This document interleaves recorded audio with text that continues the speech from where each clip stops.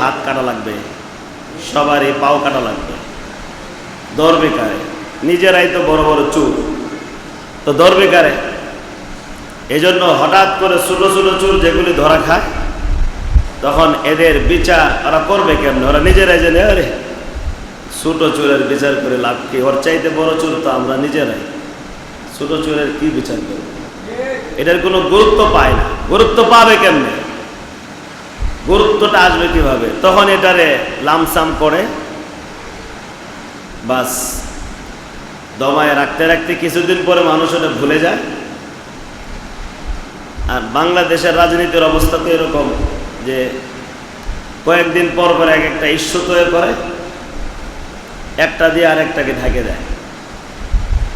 একটা ঘটনার সৃষ্টি হয়, বাস পুরা খবরের জগৎ গরম।